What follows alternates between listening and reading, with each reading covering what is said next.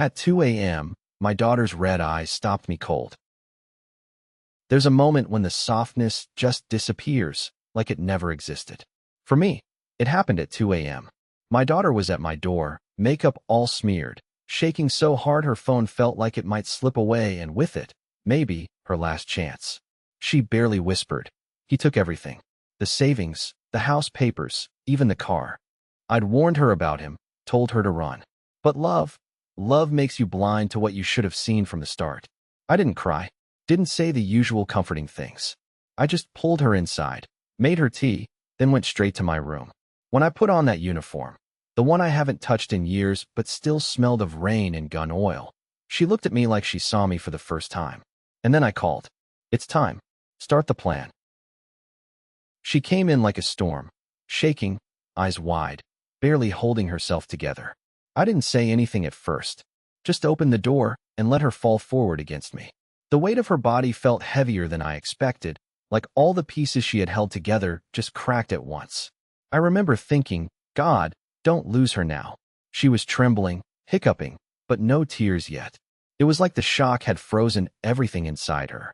I led her to the couch, made her sit down, and sat close enough to wrap an arm around her shoulders. The silence between us was thick, but it wasn't empty. It held all the things I didn't dare say, all the questions that were too sharp to voice. She looked at me finally, voice barely above a whisper. Mom, he kissed her. Simple words, but loaded, like a bomb dropped in the middle of her world. I could hear how much she wanted me to understand without me needing to ask anything. I didn't try to explain, or tell her to calm down, or talk her through it. She didn't need any of that. She needed me to be still with her. That quiet kind of love that doesn't try to fix, but somehow makes you stronger anyway. So I just held her hand, felt how tightly she was gripping mine, like she was afraid if she let go she might disappear. Her voice cracked when she went on. I saw them, just standing there, and then it happened. I thought I'd be sick. I kept telling myself it wasn't real. But it was. She swallowed hard, and I could see her teeth clenched like she was trying not to fall apart right there. Her pain pressed on me like a weight sinking deep. I wasn't sure if it was guilt, or helplessness, or just the raw ache of seeing someone you love bleed inside. I wanted to say something that would erase it all, but nothing felt right. Instead, I sighed quietly and squeezed her hand, like saying, I'm here. You're not alone. She looked down then, knocking her knee rhythmically against the couch. I don't know what to do, Mom, she said. I trusted him. That hurt me in a way I couldn't put into words. I knew the trust had been shattered in pieces so small there was no gluing them back.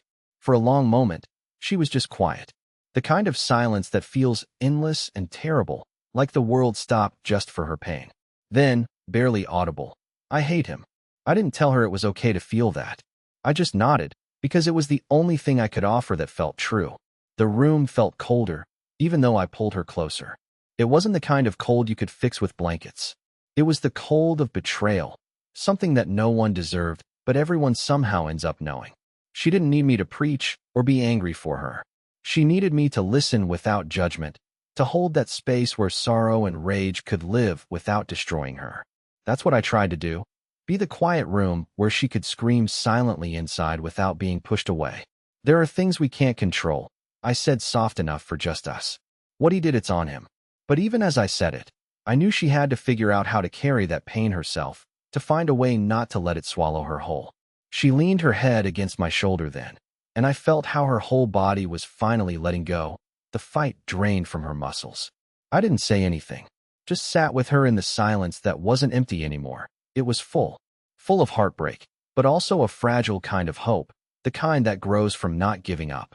I wanted to promise her it would all be okay, but even I knew that wasn't true yet.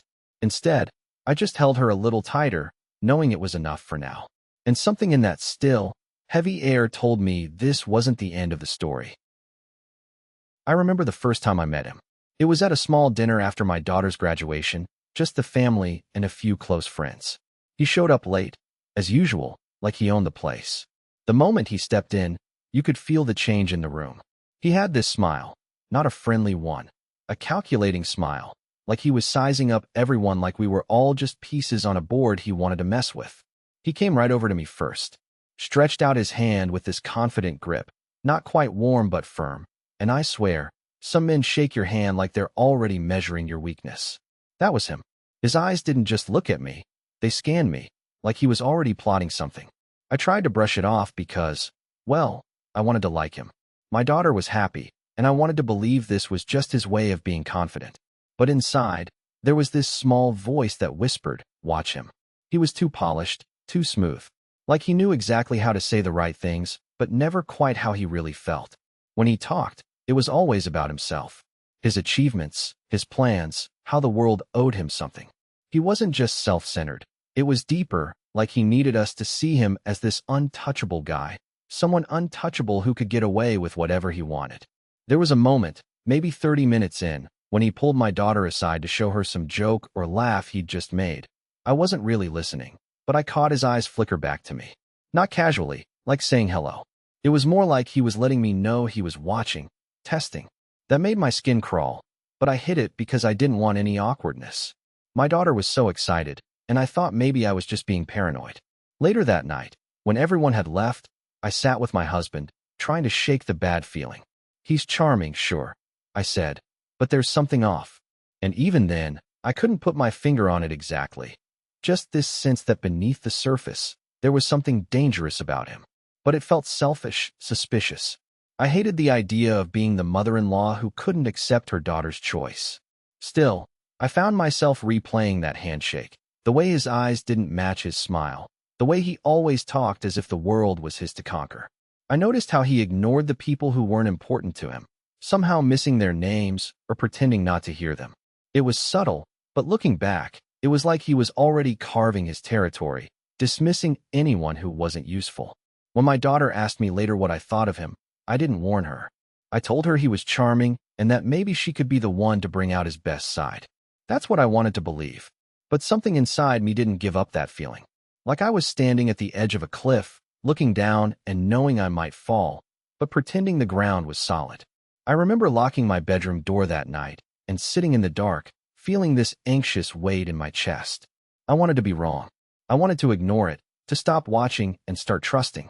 But all I could think was that maybe the worst was coming and nobody was ready for it. That first night marked the beginning of the uneasy dance between us. I didn't fully understand what kind of man he was yet, but my instincts were screaming. Some men don't just meet you. They test you, weaponize your hospitality, and that was him. I thought if I stayed silent, if I kept my worries to myself, maybe I could protect my daughter in my own way. But there's a difference between protecting and pretending. The silence grew heavier after that night, and I wasn't sure how long I could keep it up before everything started to unravel. She started talking before I could say a word, like I was just somebody to get this off her chest. He told me she was too naive to notice. There was a pause, and I swallowed hard before I said, "And was he?" She looked me dead in the eyes, calm, but almost cold. "Half right," she said. "I didn't catch most of it, no? Not until the money started disappearing. The business deals, the accounts no one else knew about. It was always some investment or expansion. Never made sense, but he was always smooth enough to shut me down." I could hear the catch in her voice, but she held herself like a pro. Not a tear, no crack, just this wall, like she'd been practicing for years. "She'd come over sometimes," she said quietly. "At first, I thought it was just work stuff. Meetings that went longer than they should have, dinners that weren't with me. Then it faded into hints. A coffee, a quick text on his phone, stuff he deleted when I wasn't looking." I swallowed, listening hard. The weight was crushing, but she stayed steady. "He set everything up, secret accounts in my name. Well, her, actually. Fake business deals, money moving back and forth, but always under different names. Like he was laundering more than just cash." A tight ball formed in my throat. It wasn't just that she'd been cheated on. It was the layers of lies, the way he'd carved her life up piece by piece for someone else. And she'd kept all that inside, walking around every day like none of it mattered. Or maybe like it did, and she just refused to break. She looked away for a second, then back. The worst was realizing how long it went on. How deeply he'd lied, not just to me, but to all of us. The way he used my trust like it was play money. I wanted to reach out and say something. Anything. But she was far away, locked in her own head. After everything, she still kept distance. Like a defense mechanism, or maybe just tiredness solidified into armor. The silence between us stretched out. Then she said, quieter, It wasn't just the money. It was the betrayal. Knowing he spent years building a second life right under my nose. And the other woman, she wasn't just some fling. They planned together, shared secrets. She had her role, and I had no clue until it was shoved in my face. My voice came out ragged. How did you even deal with that? She gave a small, bitter laugh. I don't think I ever did, really. I just stopped hoping he'd change. Stopped pretending things would go back. Instead, I focused on damage control, legal stuff, covering my ass with accountants and lawyers. I had to be the strong one when everything I believed was a lie. It hit me, the loneliness in that. Like she was screaming inside, but nobody around her could hear. Because she didn't let them. Because she thought if she cracked, everything would collapse. So she swallowed it, locked it tighter. And you? I asked softly. Did you ever hate her? She paused, eyes darkening for a second. I did. I really did. But then I hated him more. The way she said it, like a quiet confession, shook something in me. There was no screaming, no tears, only this raw, exhausted truth clawing its way out. She told me all the tricks, the lies he used to keep her hooked. How she thought she was the only one. How she pitted me for not knowing. She shook her head and then smiled bitterly. He was half right. I was naive, but not for the reason he thought. I just didn't want to see. Her voice cracked almost imperceptibly, and my heart twisted. For all her strength, she still carried this scar like a weight no one else could take from her. And then she said something that made me stop. I thought if I confronted him, I'd feel something. Anger, sadness. But it was nothing. Just this numbness that scares me more than any of it.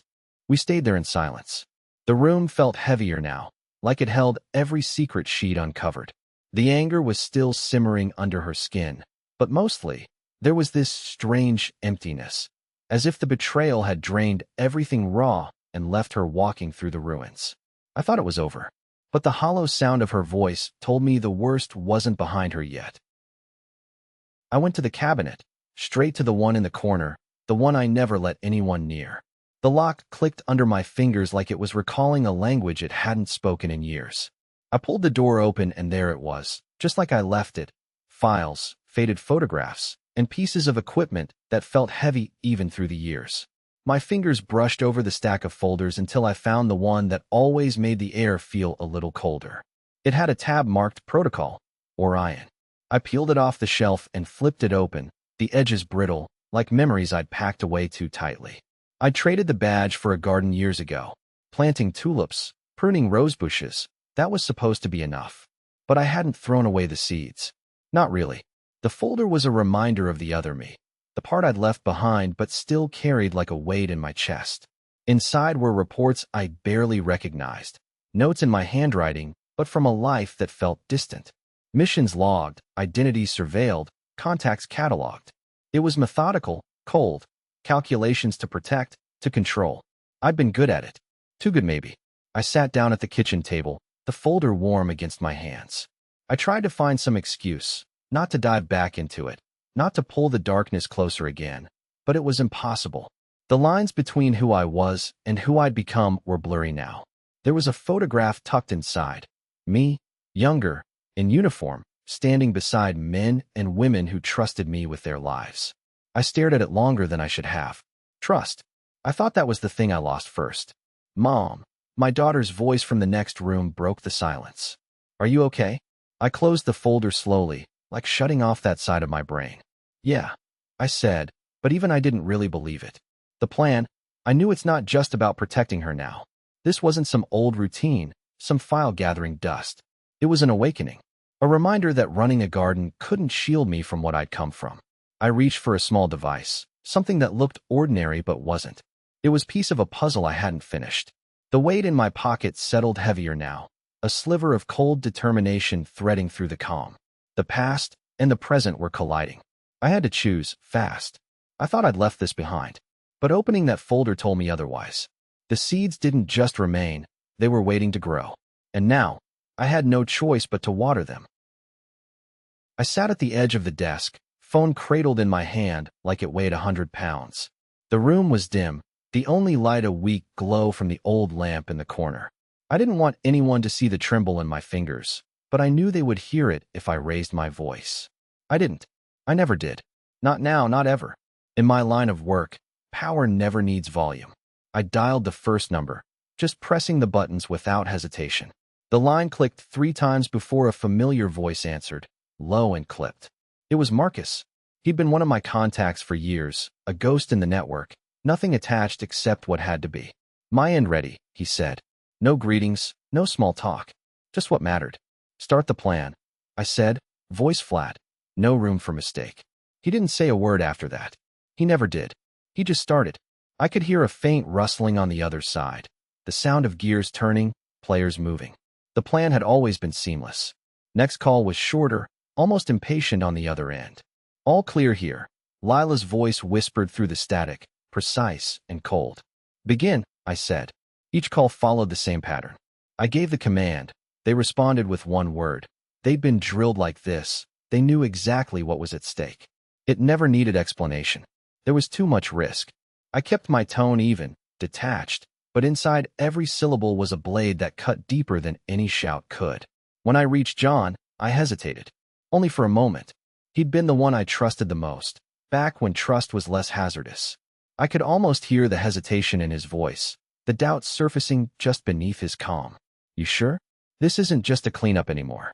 I'm sure, I said, voice quieter. You know why. For a moment, there was silence. Then he answered softly, starting as ordered. I ended the call and leaned back against the wall, eyes closed, trying not to think about what each word meant. The plan wasn't just about covering tracks. Someone was going to disappear tonight. Someone I once cared about. My heart pounded, but I didn't let it show.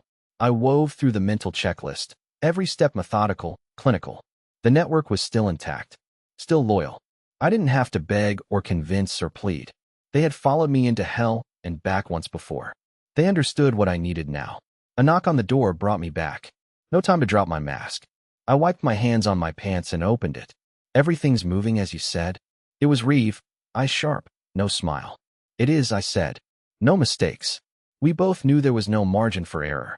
Not now. The stakes were too high. And despite the cold, mechanical way I issued the orders, there was a flicker inside me, a mix of doubt and something darker. Fear? Maybe. Or just the weight of knowing how deep I had to sink to make this right. The clock was ticking, and the next phase was already in motion. I could feel it slipping through my veins. Precise, dangerous, relentless. I didn't raise my voice, I said quietly, looking Reeve in the eye. In my line of work, power never needs volume.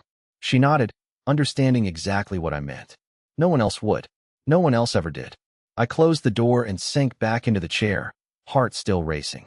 The plan was live, but as the silence wrapped around me, colder than ever, one thought echoed louder than the rest. This wasn't going to end clean. Not by a long shot. He was so sure he was untouchable. I could see it in every damn post he put up, smiling at the Eiffel Tower, champagne glasses clinking, like they'd just won the lottery or something.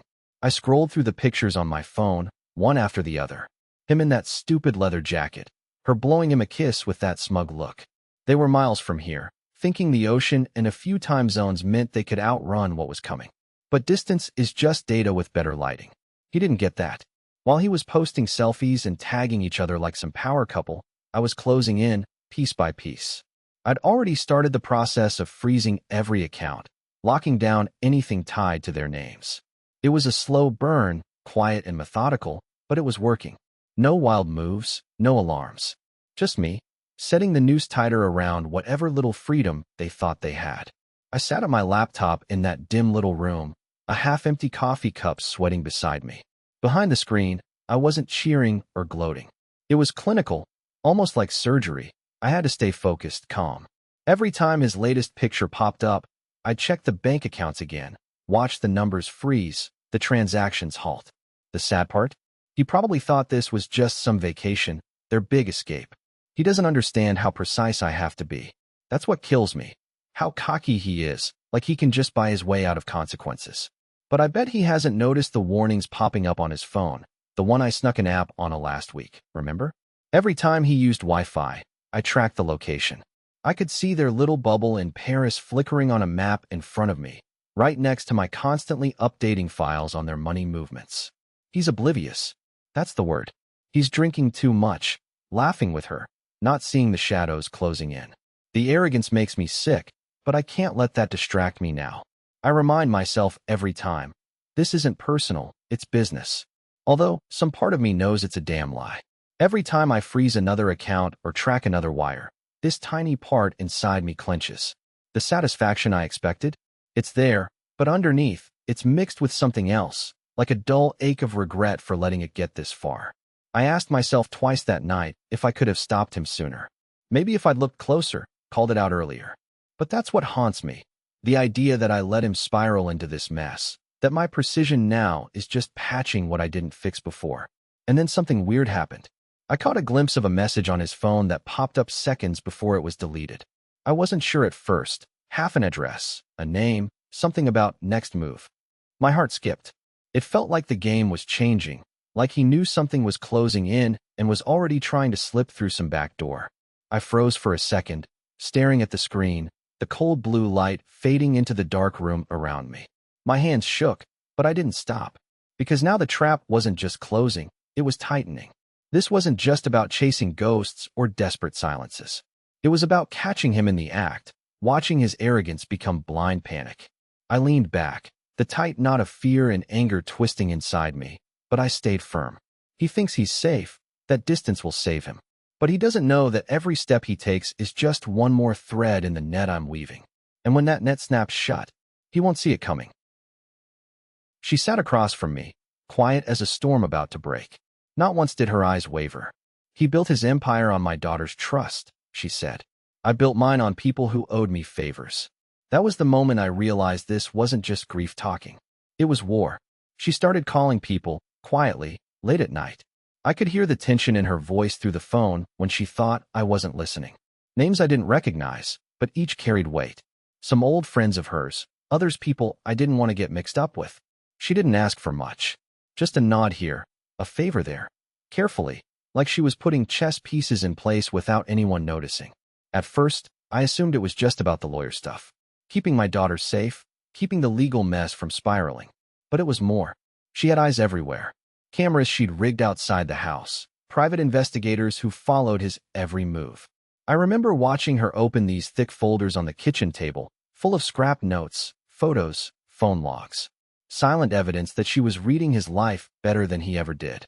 One night, I caught her texting someone, short, sharp messages. He's asleep. Get in. Then, not a minute later, her phone buzzed. I saw her mouth a word. Done. That kind of cold efficiency scared me. Not that she was evil, but because she'd gone so far beyond hurt and into that place where she was ready to take him down piece by piece. I kept asking her, why all this? Isn't it enough he's gone? Her eyes locked with mine, steady and unyielding. It never is, she said. Not when he took her. Her plan unfolded like this. She turned his friends against him quietly. Not loud confrontations or drama, just small things to make them doubt, to chip away at their loyalty. A whispered rumor here, a convenient forgot to mention there. It was surgical. I watched people who'd once sworn to back him start looking through him as if he was already a ghost. There was the guy who used to be his right hand. She managed to pull him aside, showed him proof that the whole company's money had been funneled somewhere shady. She didn't accuse, just made him see it himself. After that, he stopped answering calls. No excuses, no fights, just silence. Meanwhile, with the lawyers handling custody, her quiet calls made sure my daughter's name was untouchable. Like a shield. Every potential attack on her rights got stopped before it even started. I remember her sitting back one night after a long call, finally letting a breath out. They won't touch her, she said. Not while I'm alive.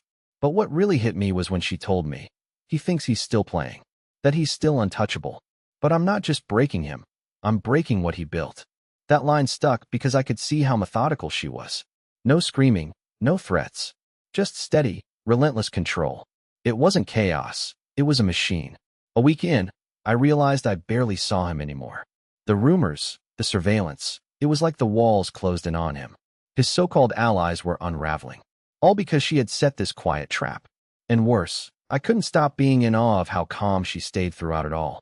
It was like every bit of fury was folded into something bigger, sharper. She even seemed to hold herself back, like she knew when to stop pushing, when to let the tension build just long enough. This is a game of patience, she told me once. You rush, you fall apart. I can't afford that. That night, I saw her look at me differently. Not like the broken woman I'd met weeks ago, but like someone who had found a new purpose. A kind of fire that was controlled, but fierce.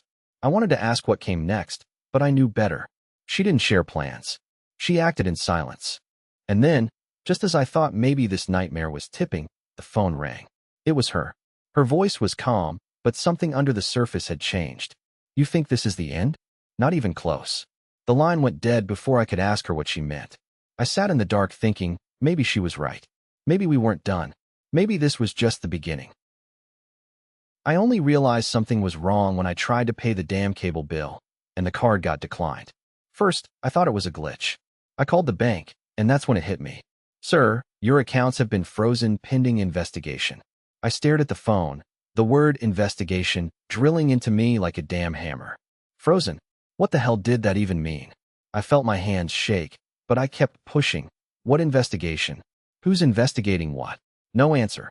Just silence. Then my passport, the one I needed to leave the country, was revoked without notice. No explanation, no warning. Just deactivated like it was a bad credit card. I tried to check with immigration, but the officer's face said it all. "You're on a watch list now." They didn't have to say a word. I knew. Someone had done this to me. My head was spinning. All my money gone. All the savings, the emergency funds I squirreled away for years, vanished. Stolen. And when I tried to call her, the woman I thought was helping me, my lover, the number was dead. Just silence and some robotic message saying, "This number is no longer in service." I'm sitting on my couch one evening, staring at my phone like it's an enemy. I don't know what to do, so I call my daughter. For once, I swallow my pride because I'm desperate. I dial her number, heart pounding like I've never felt before. When she answers, I almost hang up. There's that familiar voice, but a lifetime of distance and bitterness sits between us. She doesn't even sound warm. "Hey, sweetheart," I say. Then immediately, something weird happens. My mouth moves before my brain can catch up. I say the wrong name. Lily. I catch myself, crush the words. This is humiliating, but I can't stop now. "I need your help." She hesitates. Long pause. "Dad." Her voice is shaky, like she wasn't expecting this call. Like she never wanted to hear from me again. I'm in trouble.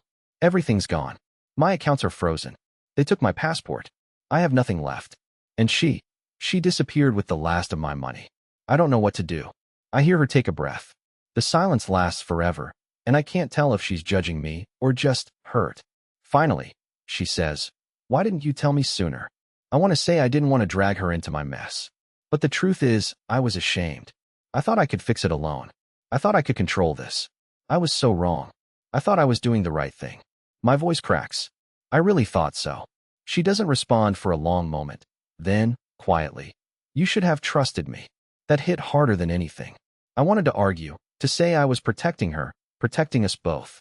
But I couldn't, because I knew she was right. I'm sitting there, phone in hand, feeling smaller than I have in years. My whole world has flipped. The man who thought he had power, who thought he could control everything. He's broke, trapped, and begging. "I'm sorry," I say.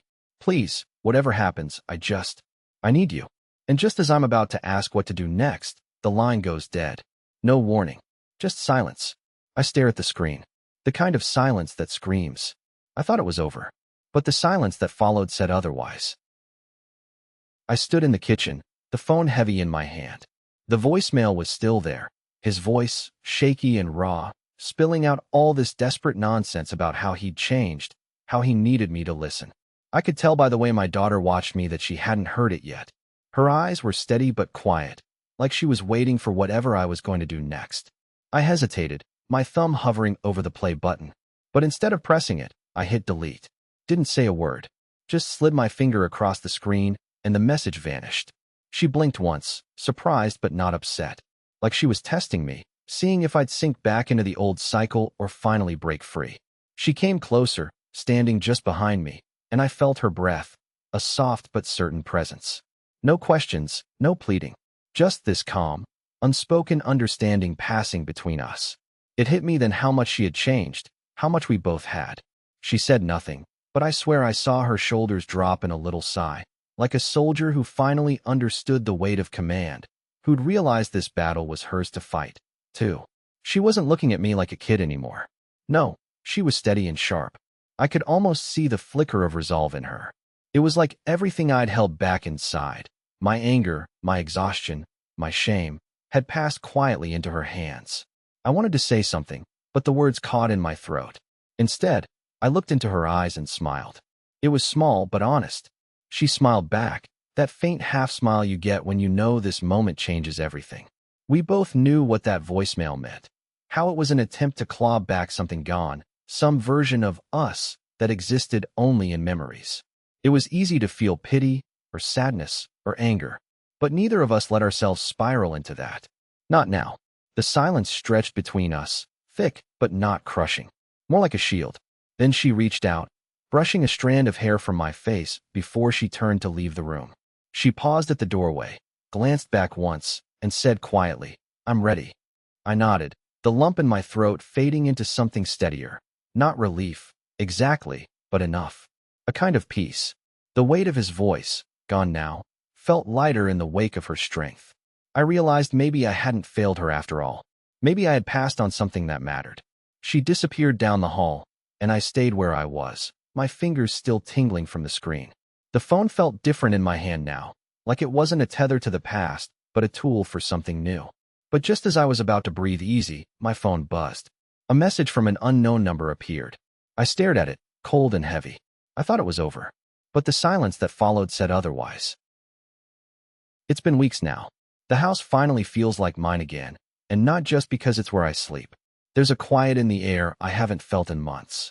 Like the storm passed, but I'm still standing, shaken, bleary, but standing. I'm sitting on the porch, the morning light soft against my skin, and I'm thinking about how far I've come because it wasn't always this calm. When it was at its worst, I thought I'd never get here.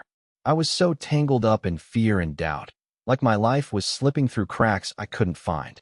But somehow, day by day, I've pieced it back together. No grand gestures. No magic moment. Just slowly building myself up from the wreckage. This morning, I took the uniform out again, the one my mom wore when everything fell apart. I found it folded at the bottom of that old trunk, where I'd shoved it after she left. Last time I held it, it burned in my hands with all the anger and pain and confusion tangled inside it. Today, it feels different. Cold still. Heavy, but like the weight I'm finally ready to carry without flinching. I knelt in the backyard where the soil was soft and cool, and I buried it. Not in anger or regret this time. No tears or desperate hopes. Just steady hands folding the fabric, laying it down, like I was putting a chapter to rest. I covered it with earth and pressed down until the ground was flat again. It's funny, the silence around me felt alive, like it was breathing right alongside me. She was part of the fight, my mom, but this time, burying the uniform didn't feel like giving up on her. It was more like reclaiming my story from what she left behind. Because some battles don't end with medals or headlines. The wars we fight in our homes, in our hearts, those victories don't come with applause. They're quieter. They sit in moments like this, buried beneath the surface, unless you dig them up yourself. I stayed there for a while after, hands pressed to the earth, just listening to the morning. Nobody else was around, and I didn't need anyone to see. I realized I didn't hate her uniform anymore, or what it meant.